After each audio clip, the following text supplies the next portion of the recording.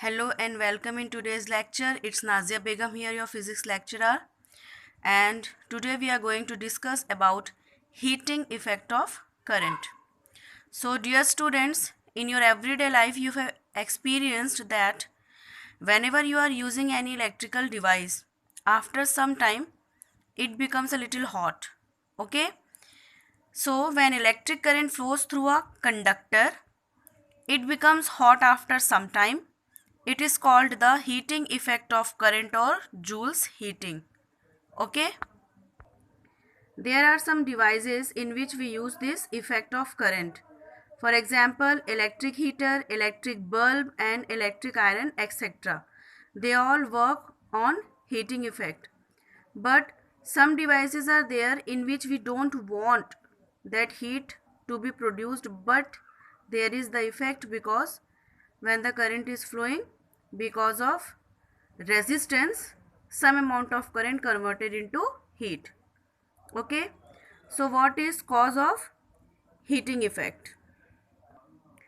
Cause of heating effect is the resistance present in the conductor. Okay, what is the work of resistance? Resistance stops the flow of current. That means it stops the flow of charge particles. Whenever potential difference is applied across the ends of the conductor, the charge particle starts moving. That means they are having kinetic energy. But when resistance, because of resistance, the flow of charge particle is opposed, so their kinetic energy is converted into heat energy. See, when charges are flowing, they are having kinetic energy, but because of resistance, the charges are opposed to flow. That means the particles present in the conductor, they don't allow the charges to flow. So what will happen with their kinetic energy? That energy will convert it into some other form, and that is the heat energy. So what is heating effect? Heating effect is basically conversion of kinetic energy into heat energy. Okay. So what is cause of heating effect? It is the resistance present in the conductor. Now let's discuss Joule's law of heating. Here you can see one circuit diagram is there. This is one resistance. Okay, one resistor is there between point A and B, and here one power source is connected to this, and here the current is flowing. Okay, suppose V is the potential difference applies across A and B, and I is the current flowing through the conductor. The charge transferred through the conductor in time t is Q equals to I into T. Work done or energy supplied by the battery in pushing the charge Q from A to B through the conductor, W equals to VQ, okay, where V equals to VA minus VB. So V is basically the potential difference. So it is the potential difference between 2 points A and B. Now suppose potential at point A is VA and potential at B is VB. So what will be the potential difference across these two ends? It will be VA minus VB. So here we took potential difference V equals to VA minus VB. Okay. By putting the value of Q, we got W equals to VIT. Give it equation number 2.21. But from Ohm's law we know V equals to IR. By putting that value of V, we will get I square RT. And also we know from Ohm's law that I equals to V upon R. If we put the value of I in equation number 2.21, then we will get W equals to V square upon RT, which is equation number 2.23. So equation number 2.22 and 2.23 both are the equations when we put the value of I and V from Ohm's law. Now suppose that entire energy supplied by the source is dissipated as heat. Okay, whatever energy we are giving, whatever electric current we are giving from the power source, that is converted into heat. as in case of electric heater or iron, etc. So what will be the heat produced in the conductor? It will be equal to the energy or the work done. So it is equals to W only.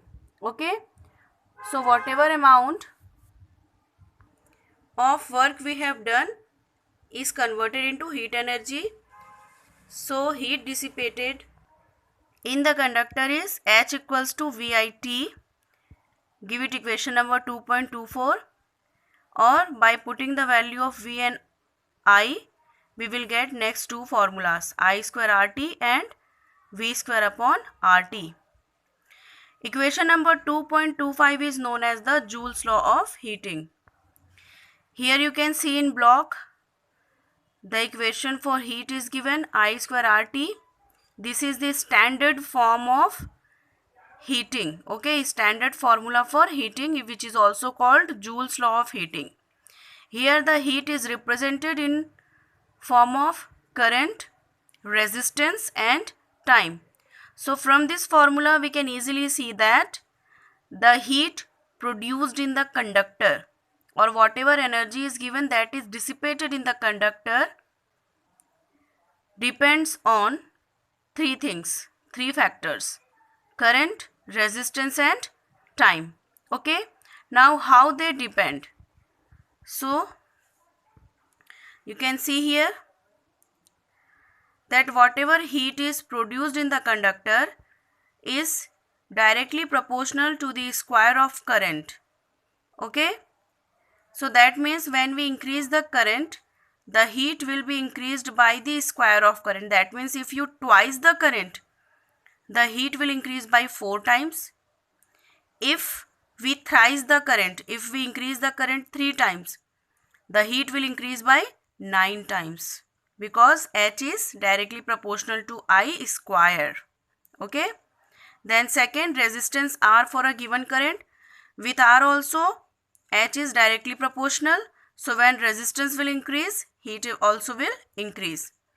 And third, time T for which the current flows through the conductor for a given I and R. Okay. Whatever value of I and R is there, H will also depend on time. If you give the current for more time, heat energy will be more. If we supply the current for less time, heat energy will be less. So like that, now it is clear that H equals to I square RT is Joule's law of heating, and heat basically depends on current, resistance and temperature. Then our next topic is electric power. So as we all know that what is power, the rate of doing work is power. Okay, and work is equals to energy. So here what is electric power? Electric power of an electrical device is defined as the rate at which the work is done in maintaining a current in the device. Or we can also say that the rate at which the electrical energy is converted into other forms of energy. Basically here in form of heat. Okay. So the rate at which the electrical energy is converted into other form of energy in the device is called electric power. And whenever rate is there, so that means we are dividing it by time. So power P equals to W upon T. Now when we put the value of W from these equations and divide it by T, then T will cancel and we will get power in this way.